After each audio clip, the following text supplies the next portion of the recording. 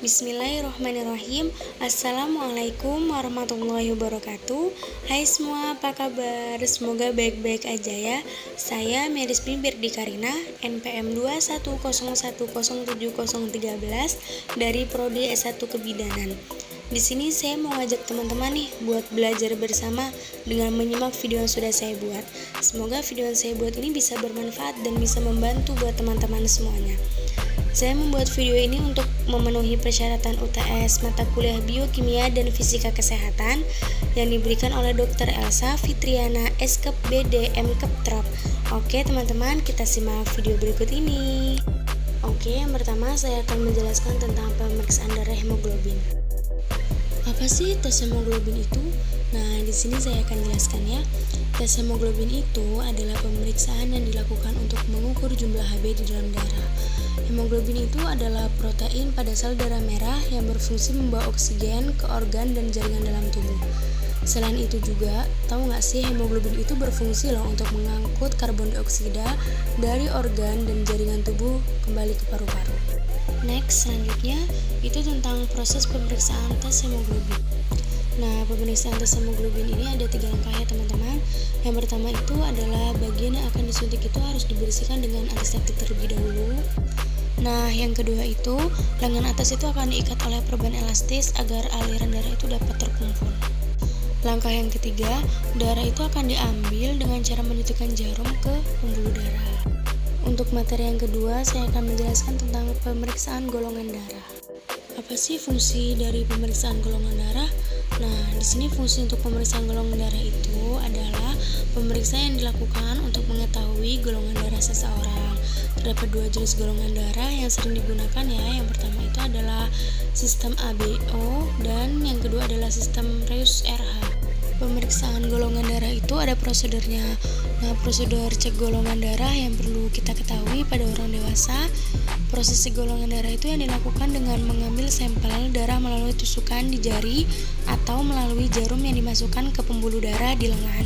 Sedangkan pada bayi, pemeriksaan golongan darah itu dilakukan dengan mengambil sampel darah dari telapak kaki bayi. Next.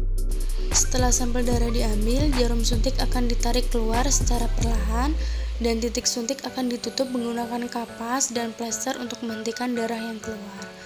Selain dari pembuluh darah vena, sampel darah juga bisa diambil dari pembuluh darah kapiler di ujung jari tangan. Next. Setelah cek golongan darah, hasil pemeriksaan golongan darah umumnya dapat diterima dalam hitungan menit dan pasien dapat mendonorkan atau mengetahui golongan darahnya. Materi yang ketiga, saya akan menjelaskan pemeriksaan urin pada ibu hamil. Mungkin di sini masih ada teman-teman yang bertanya-tanya, kenapa sih kok ada pemeriksaan urin? Emang tujuan pemeriksaan urin itu buat apa? Nah, di sini saya akan memberitahu, pemeriksaan urin itu dilakukan untuk melihat kondisi air seni atau air urin, mulai dari warna, bau, hingga zat-zat yang terkandung di dalamnya.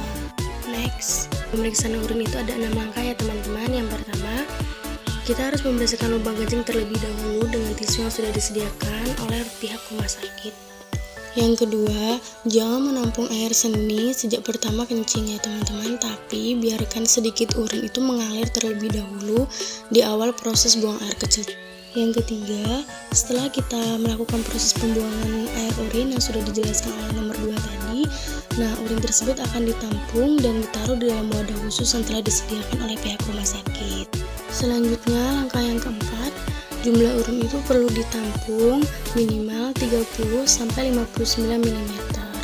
Setelah urin terasa cukup untuk melakukan tes, pasien bisa melanjutkan proses buang air kecil seperti biasanya ya. Langkah yang keenam yaitu lalu tutup wadah hingga benar-benar rapat. Nah, tujuan pemeriksaan urin ini berguna untuk memeriksa gula dalam tubuh, keton, ataupun bakteri dalam tubuh, serta untuk memeriksa fungsi ginjal, infeksi, ataupun masalah kesehatan lainnya. Untuk materi yang keempat, saya akan menjelaskan tentang sekret vagina untuk pemeriksaan pap smear. Pasti di sini masih banyak yang belum tahu ya, apa sih pap smear itu? Pap smear adalah pemeriksaan yang dilakukan untuk deteksi dini kanker serviks atau kanker leher rahim. Nah, saya ingin memberitahukan kepada teman-teman yang memerlukan pemeriksaan pap smear adalah wanita wanita yang sudah berusia 21 sampai 65 tahun. Mengapa wanita yang sudah berusia 21 sampai 65 tahun harus melakukan pemeriksaan pap smear secara rutin? Terlebih mereka itu sudah aktif secara seksual, sebab kanker serviks yang dipicu oleh infeksi human papillomavirus bisa menular lewatan hubungan seks dan kontak kulit. Tahapan pap smear. Tahapan pap smear itu adalah saran yang diberikan dokter 2 atau 3 hari sebelum pemeriksaan. Nah, dokter itu pasti akan memberikan saran kepada pasiennya agar waktu pemeriksaan pap smear itu pasien tidak dalam keadaan haid, terus tidak 2 hari sebelumnya itu tidak membersihkan vagina dengan air cuka ataupun cairan lainnya. Saran selanjutnya yang diberikan dokter itu biasanya tidak boleh berhubungan seks selama 2-3 hari sebelum pemeriksaan. Tidak boleh memakai tampol, krim vagina atau obat-obatan untuk vagina. Dan 2 hari sebelumnya tidak boleh menggunakan alat kontrasepsi. Pemeriksaan pap smear ini dilakukan oleh dokter spesial kandungan ya teman-teman. Proses pemeriksaan ini berlangsung tuh sangat sebentar, selama 2-3 menit. Nah, video tadi penjelasan mengenai pemeriksaan darah hemoglobin, pemeriksaan golongan darah, pemeriksaan urin pada ibu hamil, pemeriksaan sekret vagina untuk pap smear. Semoga video yang saya buat itu bisa membantu buat teman-teman semua yang sedang belajar ya. Oh ya, buat teman-teman jangan lupa ya like, share, and komen di bawah ini. Terima kasih. Wassalamualaikum warahmatullahi wabarakatuh.